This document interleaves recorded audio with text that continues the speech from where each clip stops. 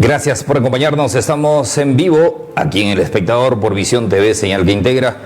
Iniciamos nuestro bloque Visión Electoral contándoles que la plancha presidencial del partido político Perú Libre se encuentra en Jaén. Desde tempranas horas de la mañana recorrieron algunos mercados de la ciudad y por la tarde presentaron a sus candidatos a senadores y diputados por la región Cajamarca.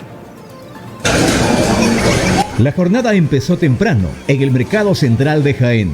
Entre jugos y desayunos, la comitiva de Perú Libre, encabezada por Flavio Cruz, buscó el contacto directo con la población. Yo quiero agradecer este gesto de recibimiento del congresista Américo Gonza y a la vez nuestro candidato a senador regional con el número 1. Estamos como plancha presidencial para conectar con la población, con nuestras bases, nuestros comités y con los gremios también hoy día. Desayunar con la población de cerca es algo, incluso yo diría, divino, porque Cristo nos enseñó a compartir una mesa, ¿no? Así que ese valor es muy potente, muy fuerte, porque interactuamos. Y nosotros que somos un partido de un sector popular, de grande mayoría, siempre vamos a los mercados porque ahí está nuestra gente. Digamos que estas son nuestras bases. El candidato a la vicepresidencia aprovechó para lanzar una promesa clave para nuestra provincia: la reactivación total del aeropuerto y la industrialización de los productos bandera de la zona norte. Hay que empoderar más, hay que darle mayor capacidad, hay que tener un carácter internacional, eso le falta. De hecho, ese es un compromiso de gobierno que asumiría Perú Libre, de hecho lo asume. En segundo lugar, el tema de la industrialización, son una zona donde la producción, digamos, de algunos productos, creo que es posible que en el tiempo se pueda implementar la industrialización. Eso pasaría también por preparar las capacidades humanas, las mentes, los profesionales, los técnicos, y por ahí, por ejemplo, el tema de las universidades. Fue en este escenario donde Américo Gonza, candidato al Senado, puso el foco en la agricultura.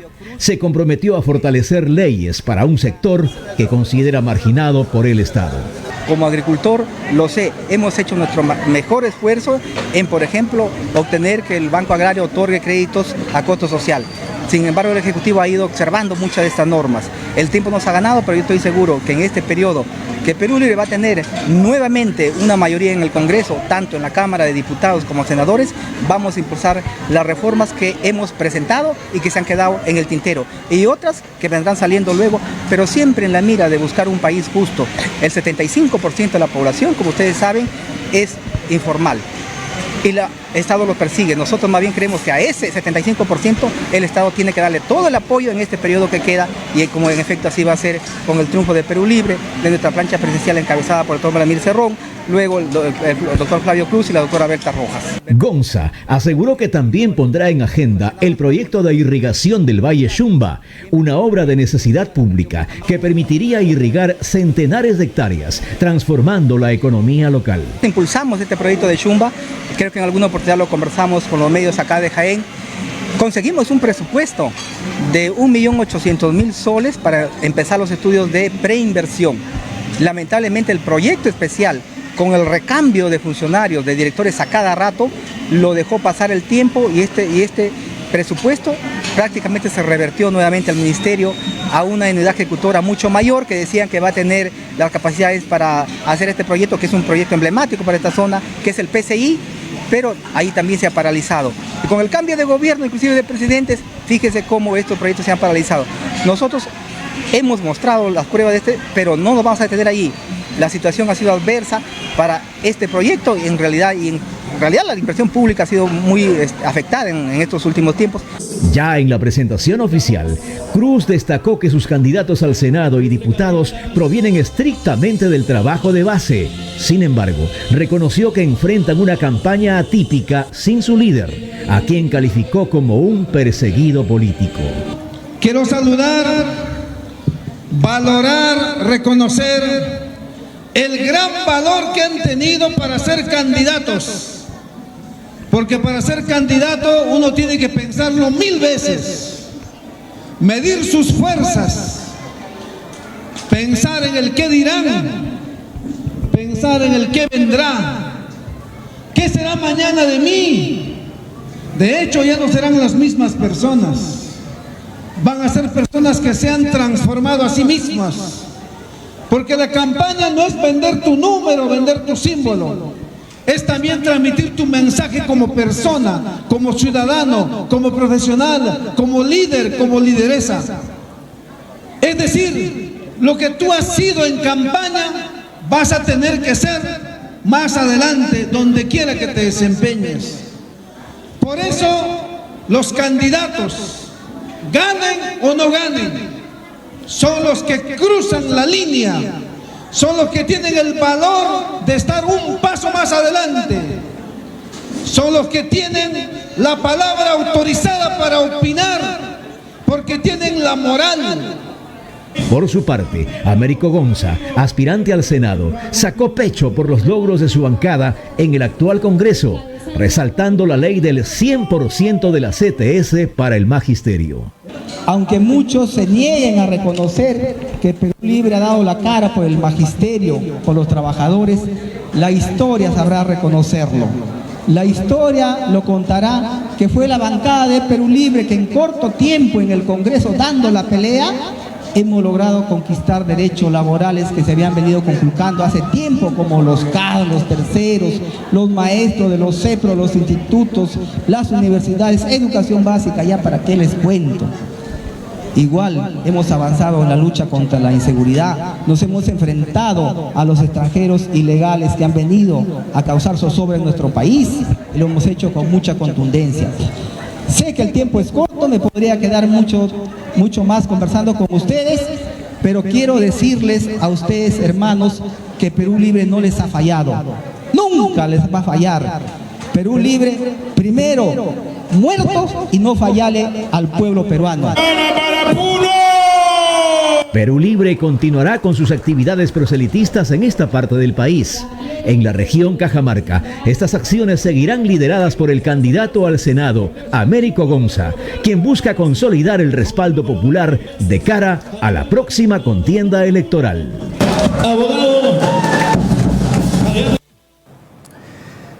Muy bien, ahí tenemos entonces Perú Libre en campaña con el doctor Américo Gonza, con el número 1 para senador por Cajamarca y por supuesto también los candidatos a diputados que estuvieron presentes hoy. Sin embargo, hay algo importante. Nos acompaña en los estudios el doctor Flavio Cruz, primer vicepresidente en la plancha presidencial, y la doctora Berta Rojas, segunda vicepresidenta. Ambos, buenas noches.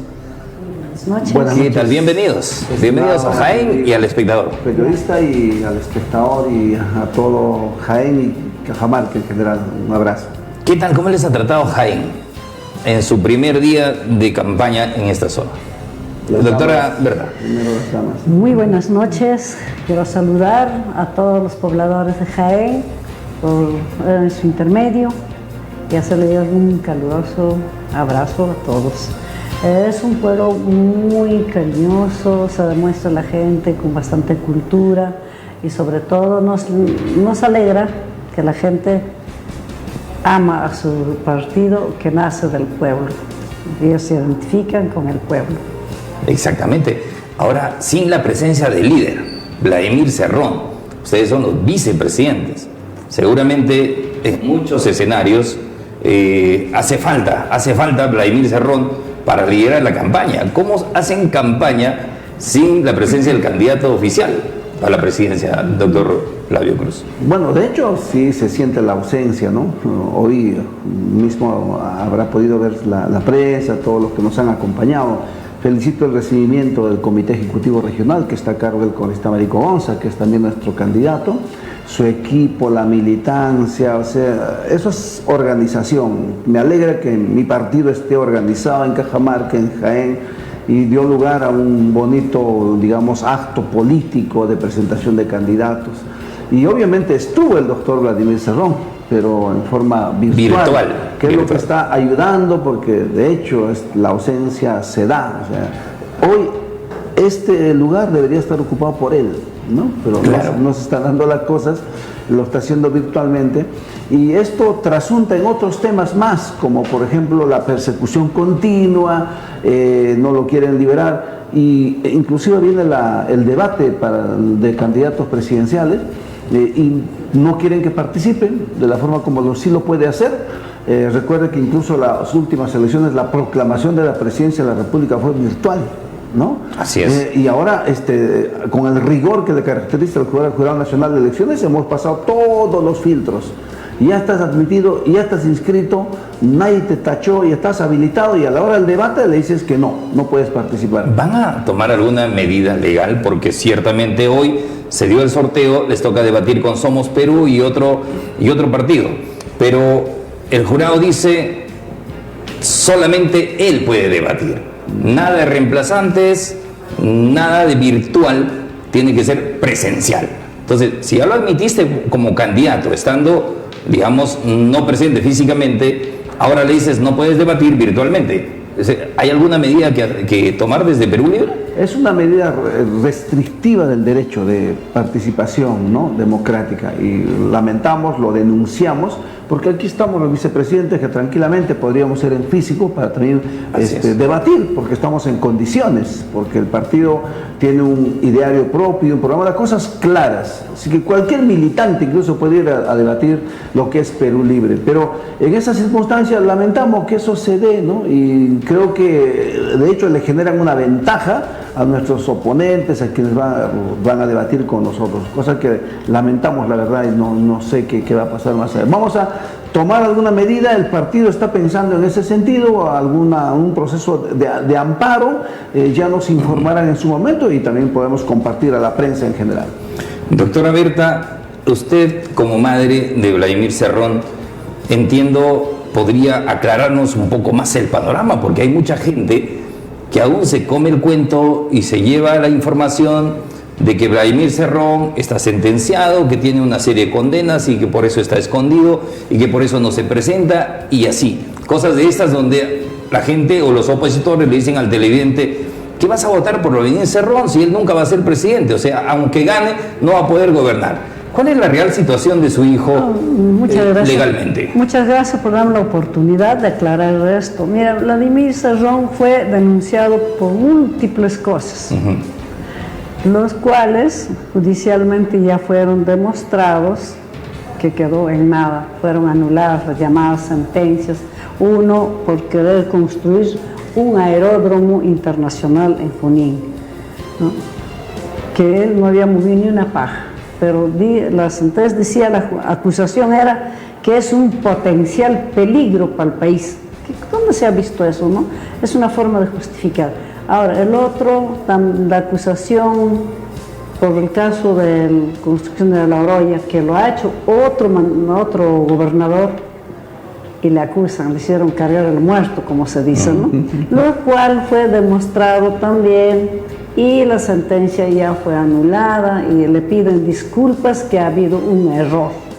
¿Dónde se ha visto? Pues lo único que puedo considerar de que mi hijo es un perseguido político. En este momento él no tiene sentencia, no tiene nada que correr, sino es un capricho del juez, ¿no?, que simplemente dicta prisión preventiva, supuestamente por desbalance económico, nada más.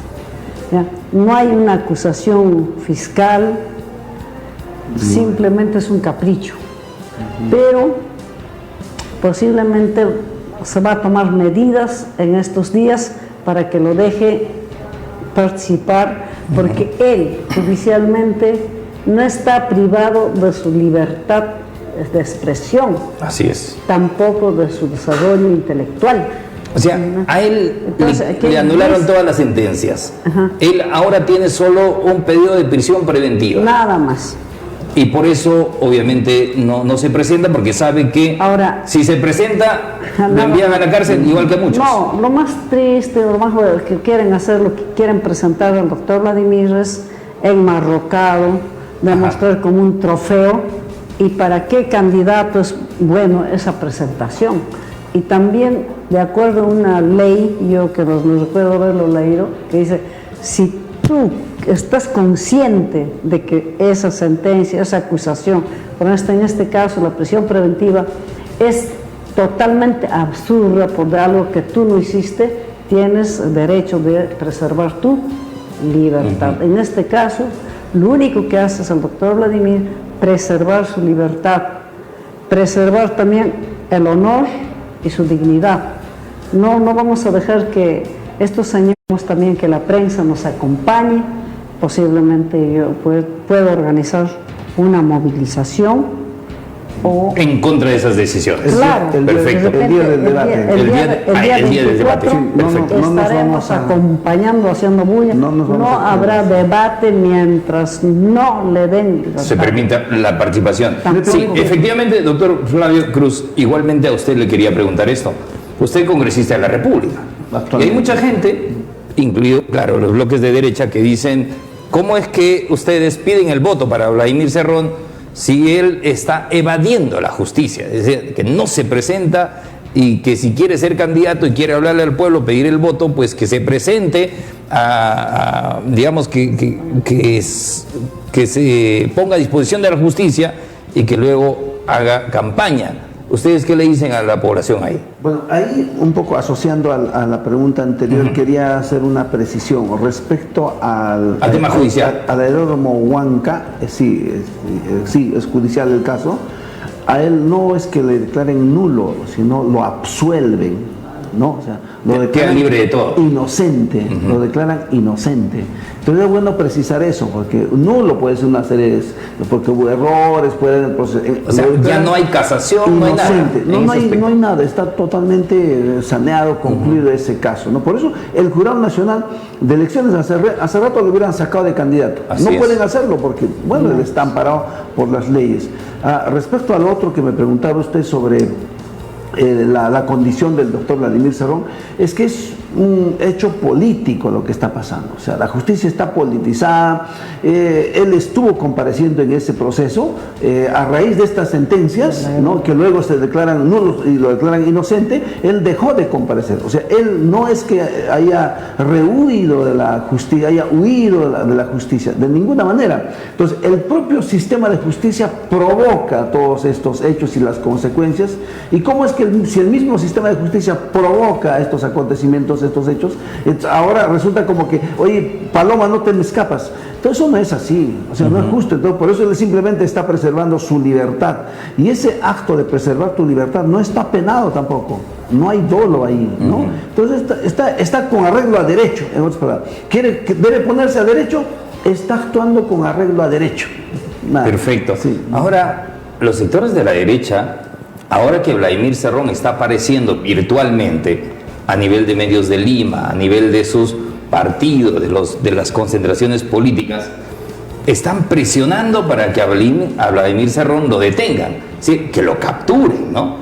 En un hipotético caso que ocurriese eso, detienen a Vladimir Cerrón, ¿cuál es el plan de contingencia que ustedes tienen para seguir en la carrera electoral? Aquí estamos los vicepresidentes, los dos fuertes, sí, para resistir. Y sí, como estos días hemos recorrido todo el litoral del norte, hemos ido hasta Tumbes, estamos aquí, mañana vamos a seguir, hay moral. En cierto, nosotros no queremos victimizarnos. Claro.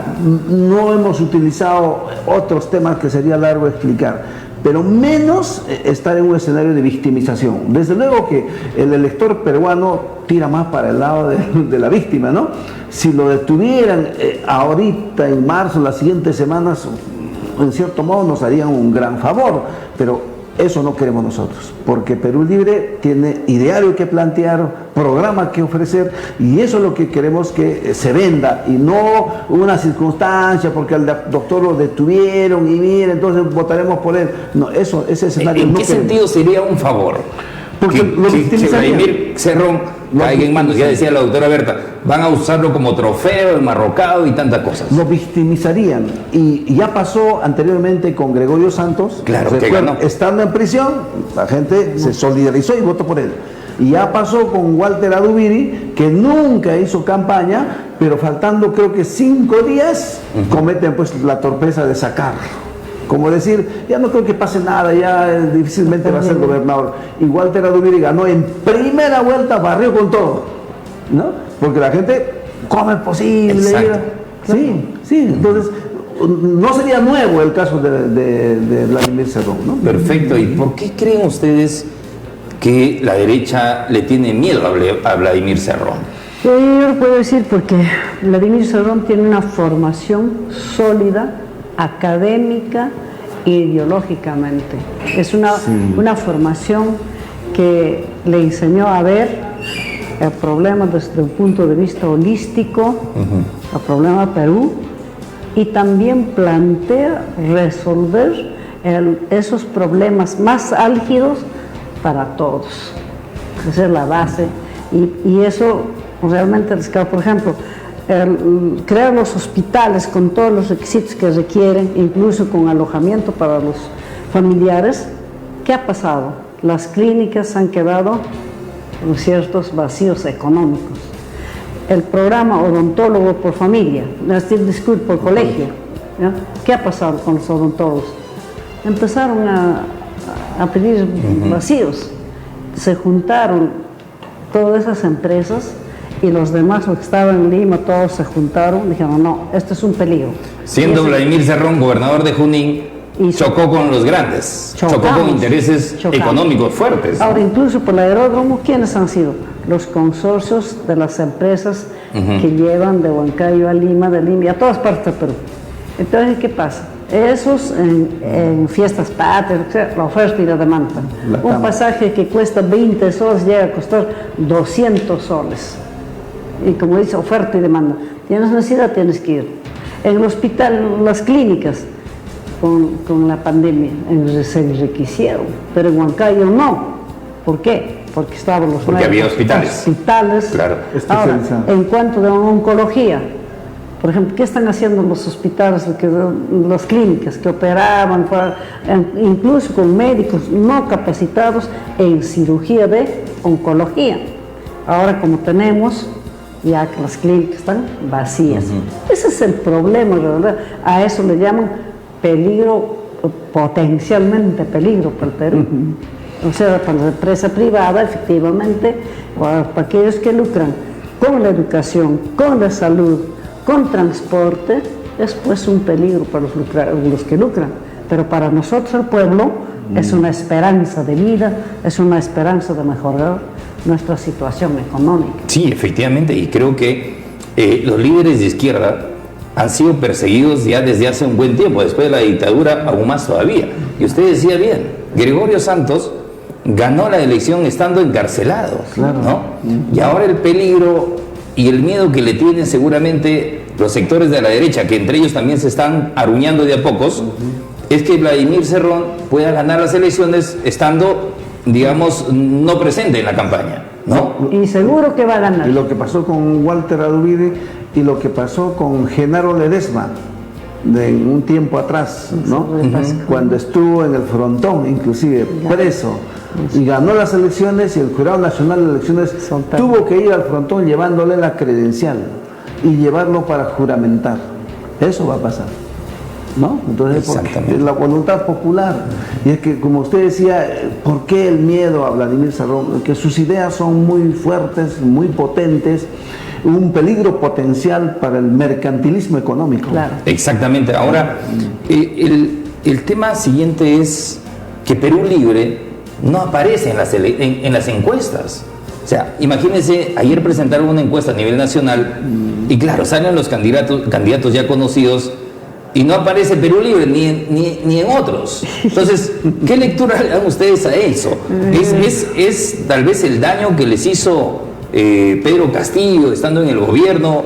¿Creen que ustedes se equivocaron al poner a Pedro Castillo y al final hizo quedar mal a Perú Libre como tal?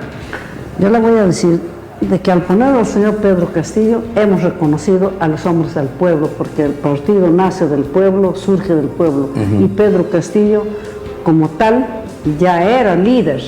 Claro. Y entonces, ¿por qué no reconocer a un maestro rural, a un maestro que surge del pueblo, y además a un hombre que ha recibido una educación paupérrima?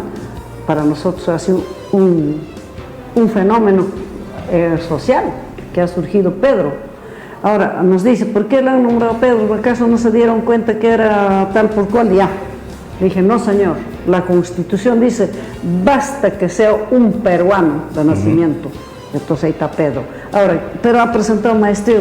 Ah, sí, presentó maestría, licenciatura. Maestría, ¿qué pasa? No lucran las universidades, venden tesis, venden títulos, ¿ya?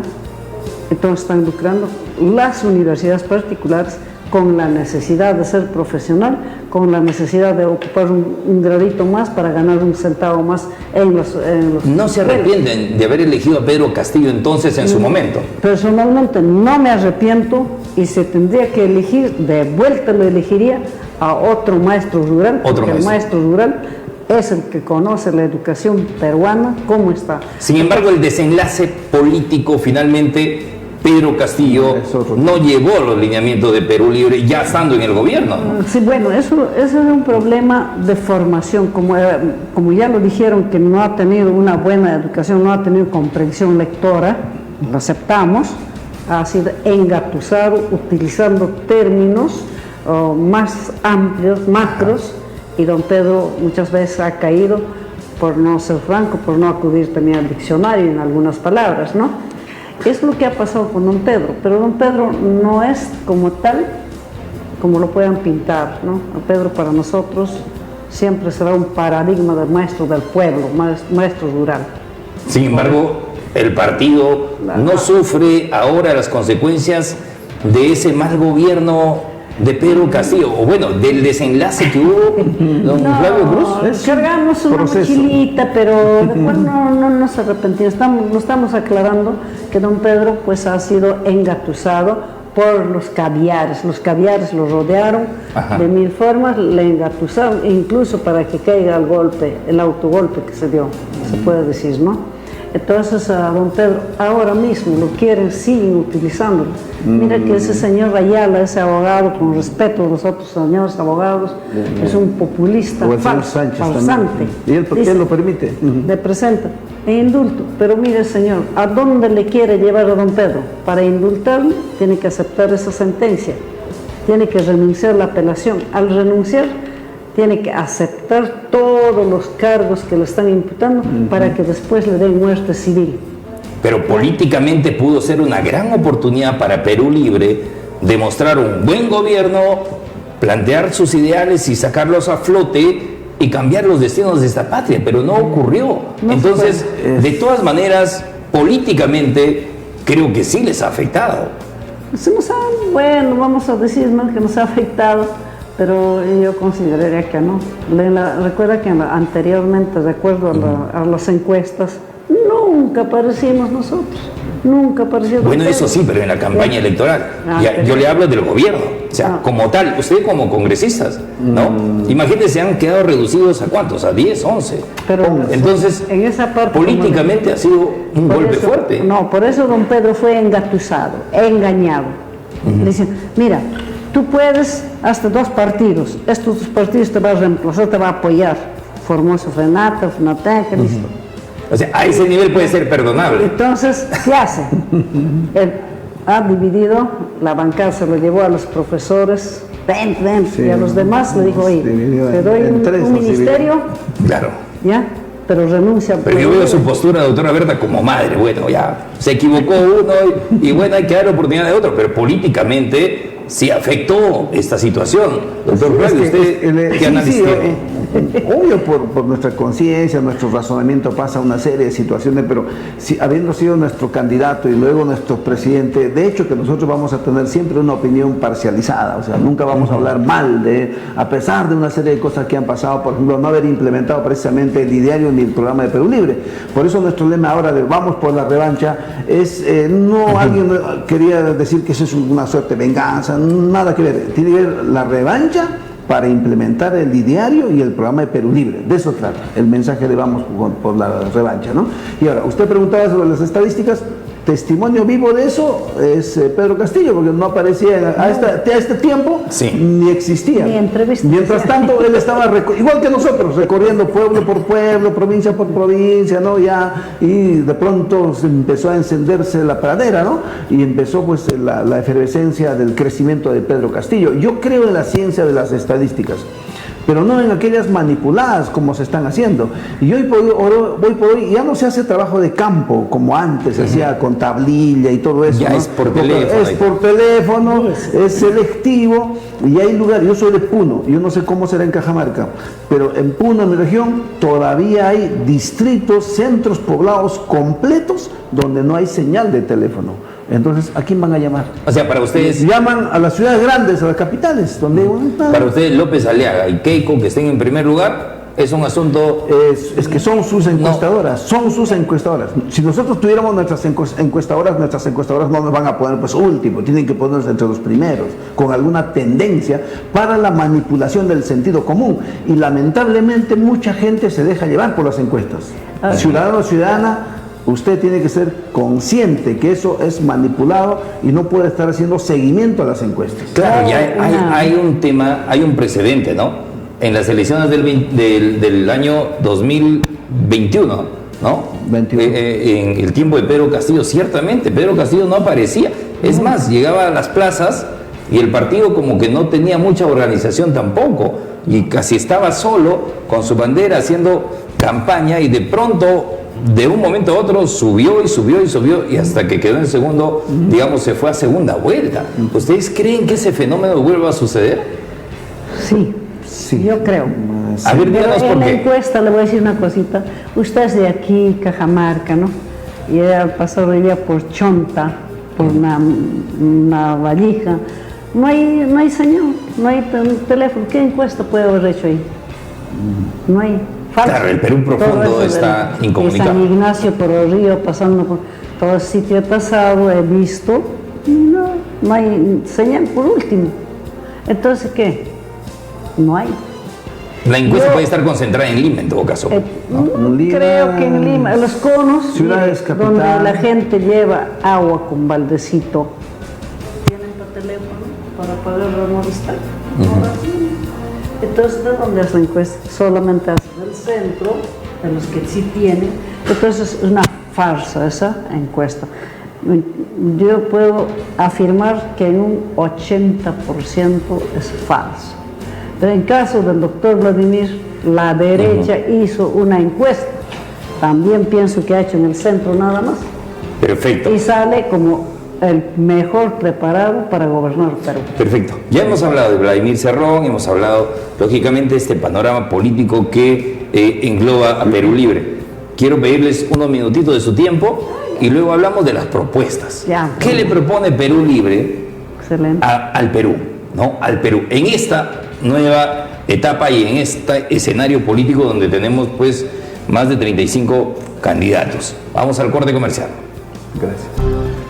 Seguimos en nuestro bloque Visión Electoral. Nos acompaña en los estudios el doctor Flavio Cruz, candidato a primer vicepresidente por Perú Libre, y la doctora Berta Rojas, candidata a segunda vicepresidente de Perú Libre en esta contienda electoral.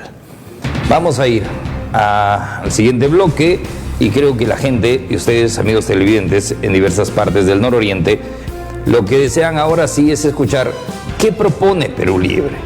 Ya en la gestión del 2021 al 2026, que debió concluir Pedro Castillo, se ofreció, por ejemplo, el cambio de la Constitución.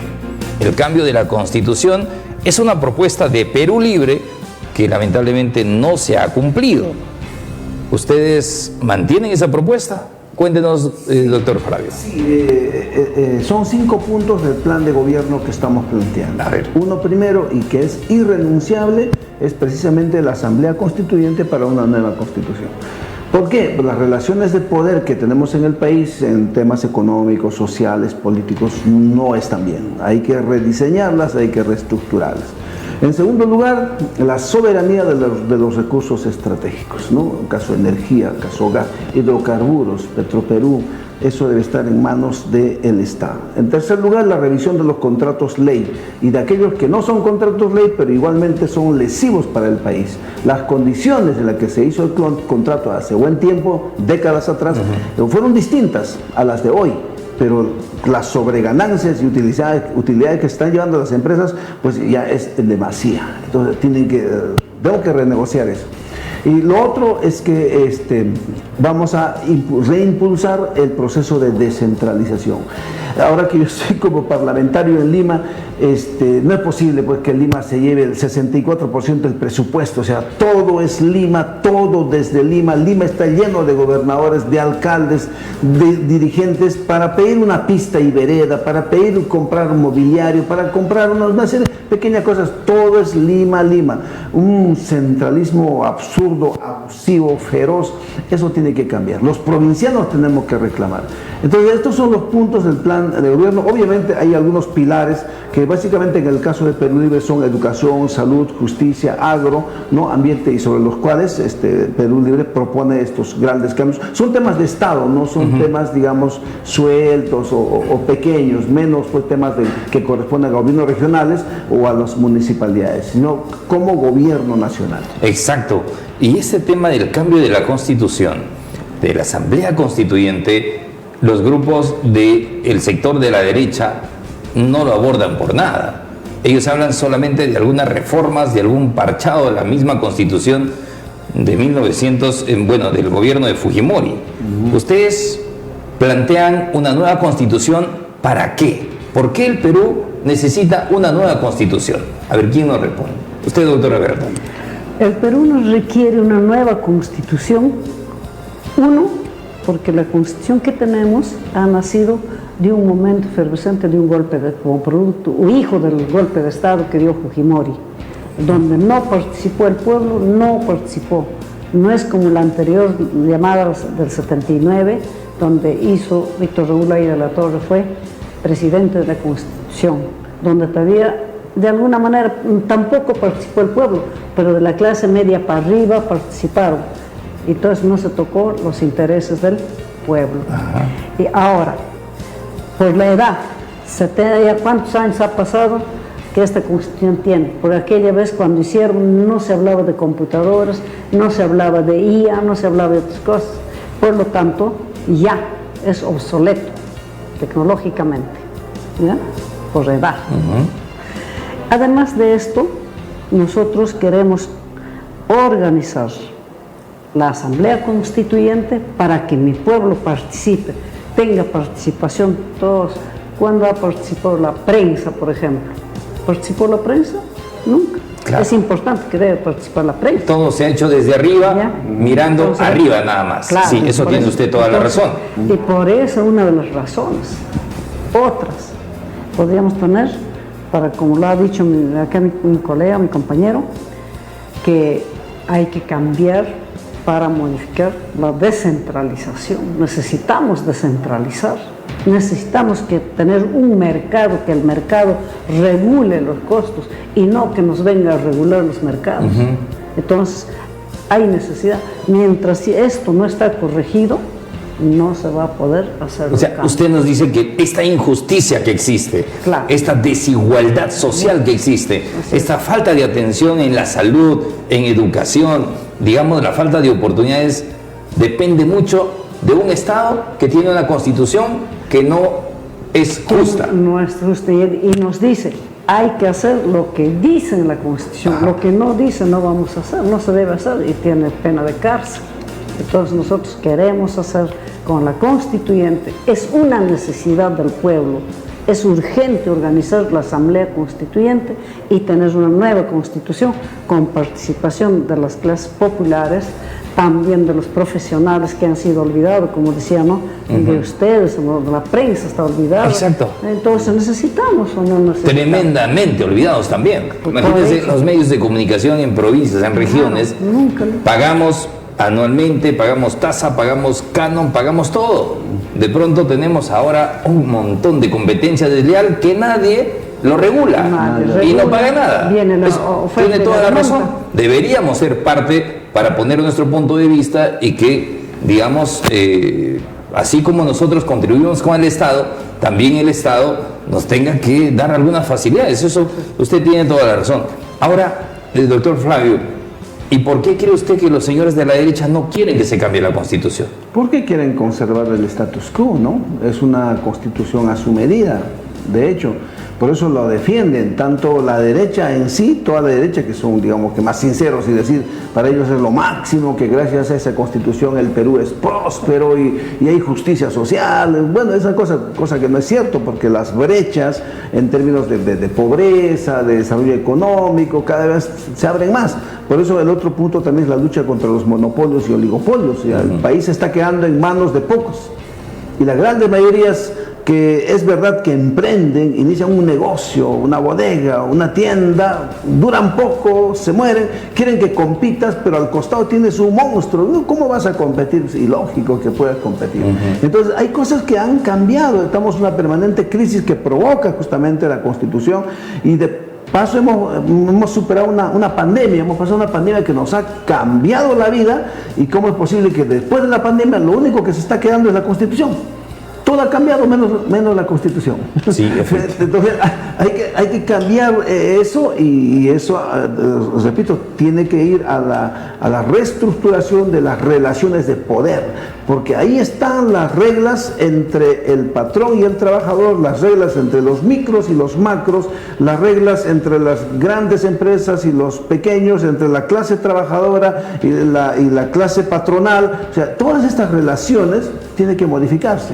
Fundamentalmente el capítulo económico, que tiene que ver pues con el día a día de la alimentación de la gente, del trabajo de la gente, entre otras cosas. ¿Considera entonces que ustedes que con una nueva constitución el dinero del Estado peruano, o sea, del dinero de los peruanos, ya no sería mayoritariamente para que se quede en Lima, o esté en Lima, o esté beneficiando a grupos de poder económico, y a la clase media, a la clase pobre, pues dándole migajas? Por ejemplo, yo les doy un punto. En el servicio de la energía eléctrica, ¿qué sucede desde hace buen tiempo? El Estado, a través del Congreso, nos ha impuesto el famoso FOSE.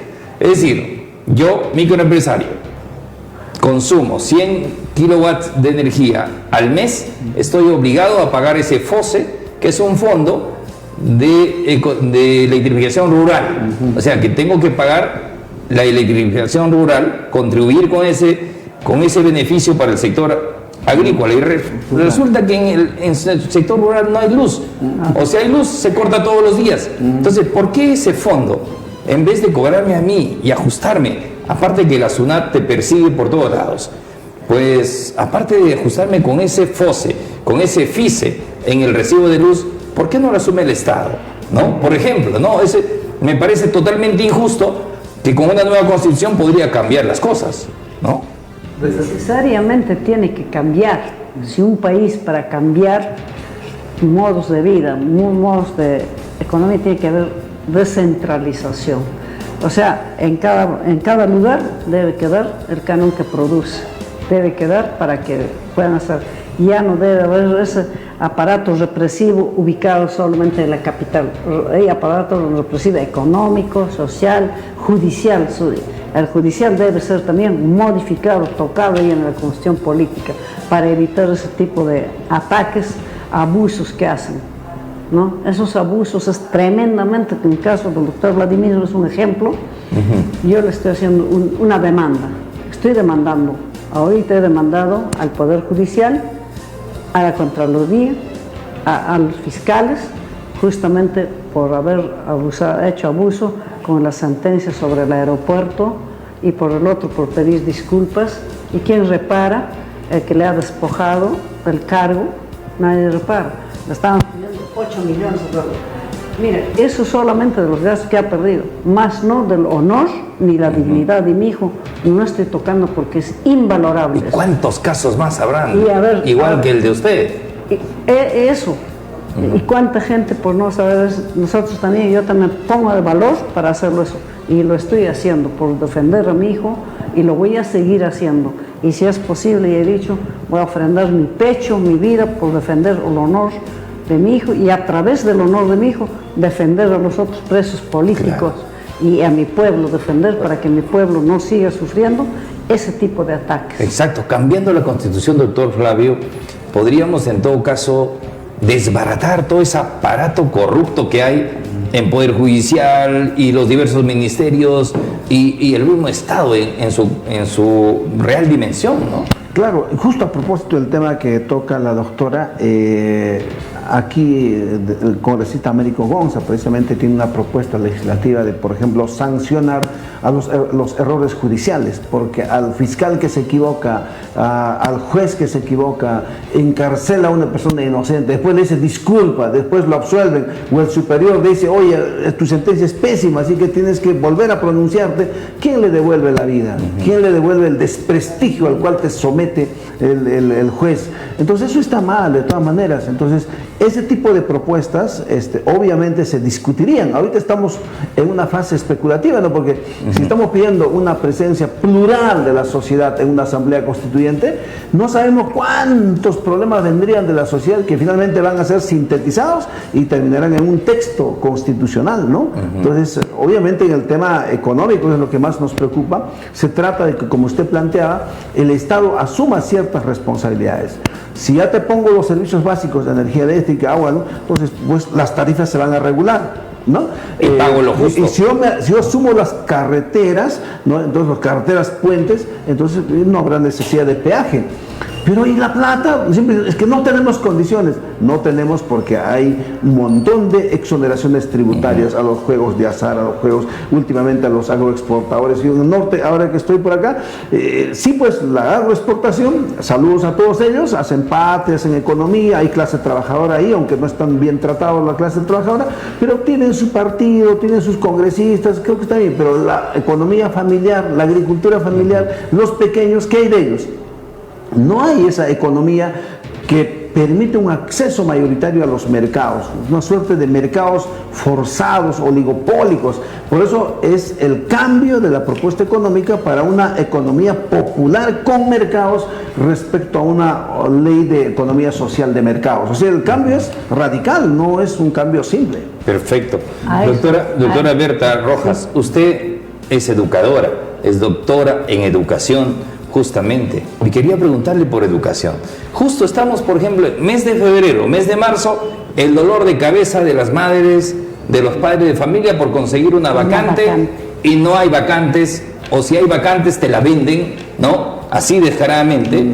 O niños que viven frente a un colegio y ahí no les dan la vacante, tienen que llevar los padres, digamos, a unas 20, 30 cuadras a donde les reciban. Aparte de las cuotas de APAJA, se vienen las tremendas listas de útiles escolares, ¿no? O sea, un tremendo dolor de cabeza porque choca con tu economía.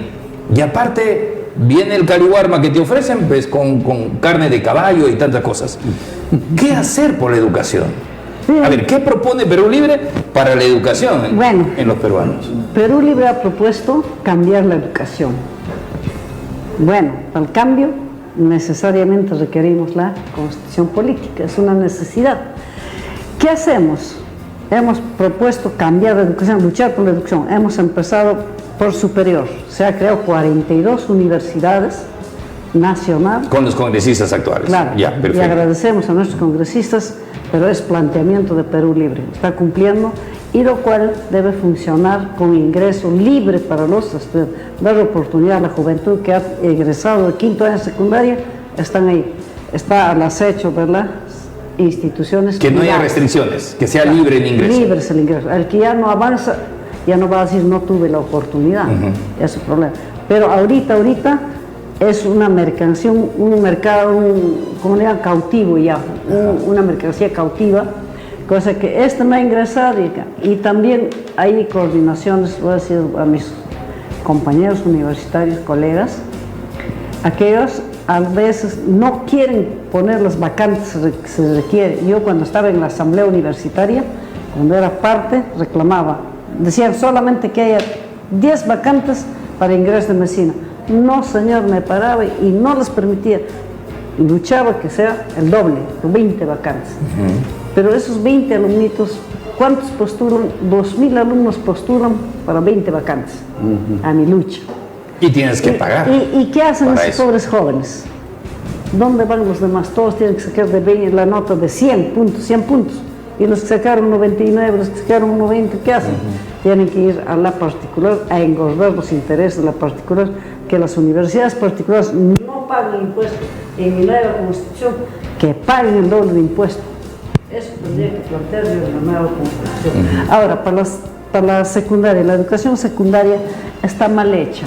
El currículum está mal. Uno está divorciado de la universidad. ¿Y qué se hace?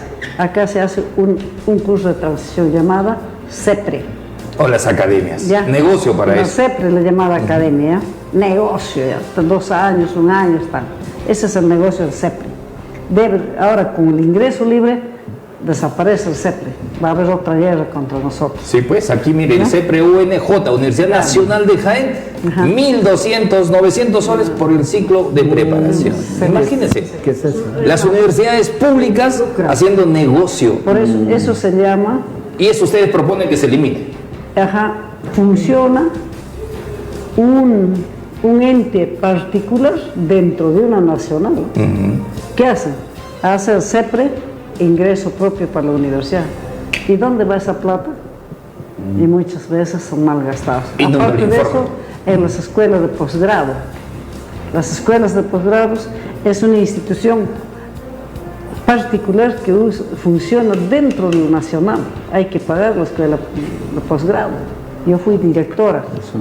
Hice desaparecer Es un el pago. privado dentro del Y estatuto. peleé bastante y que estudien sin pago. Mucha que se me dieron todo encima. Perfecto, Pero- entonces ustedes proponen cambiar, me dice, la currícula de secundaria. A la secundaria pretendemos cambiar el plan curricular.